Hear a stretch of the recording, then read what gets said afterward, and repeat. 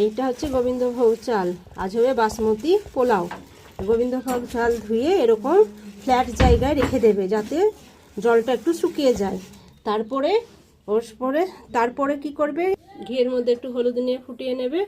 এরকম ফুটিয়ে ঠান্ডা হলে এটা ঠান্ডা করার আর এক চামচ আদা পেস্ট দেবে। এর সঙ্গে এলাচও আমি করে নিয়েছি। তারপরে যেটা করেছে এটা ঠান্ডা হয়ে গেছে। এবার এটা এর মধ্যে মিশিয়ে নেব। এটা ভালো করে মিশিয়ে নেবে। এরকম হাত দিয়েও করতে পারো, আমি চামচে করে নিচ্ছি। আমিও তোমাদেরকে হাত দিয়েই করে দেখাই। এরকম মিশিয়ে নেবে,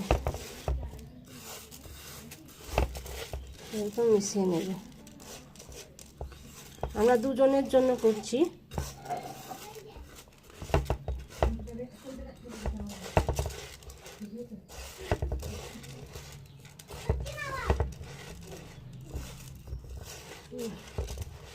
এরকম ভালো করে এরকম মিশিয়ে নেবে। এরকম করে ভালো করে মিশিয়ে নিয়ে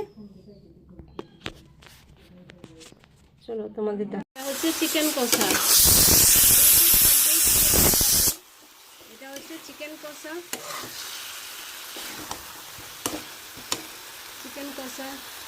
কষা হবে, তাই চিকেন ফ্রাই করা হচ্ছে। দেখো, চিকেনটাকে আগে আমি কাশ্মীরি রেড চিলি দিয়ে আর লবণ দিয়ে ম্যারিনেট করে রেখেছিলাম। দিয়ে এবার চিকেনটাকে ফ্রাই করবো। চিকেন ফ্রাই হচ্ছে।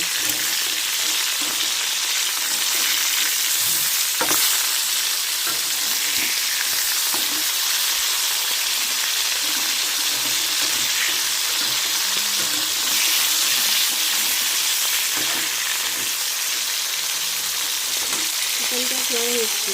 করছি আমি কাজু কিশমিশটা এর মধ্যে ফ্রাই করে নিচ্ছি।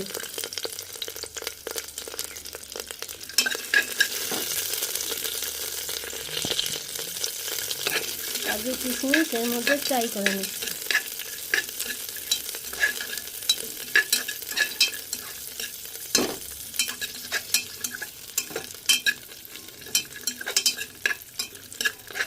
কাজু কিশমিশটা এর মধ্যে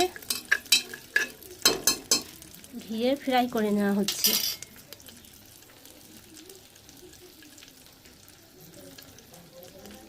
গরম মশলা যেমন দারচিনি, তেজপাতা, লবঙ্গ এগুলো দিয়ে একটু ফ্রাই করে নেওয়া হচ্ছে।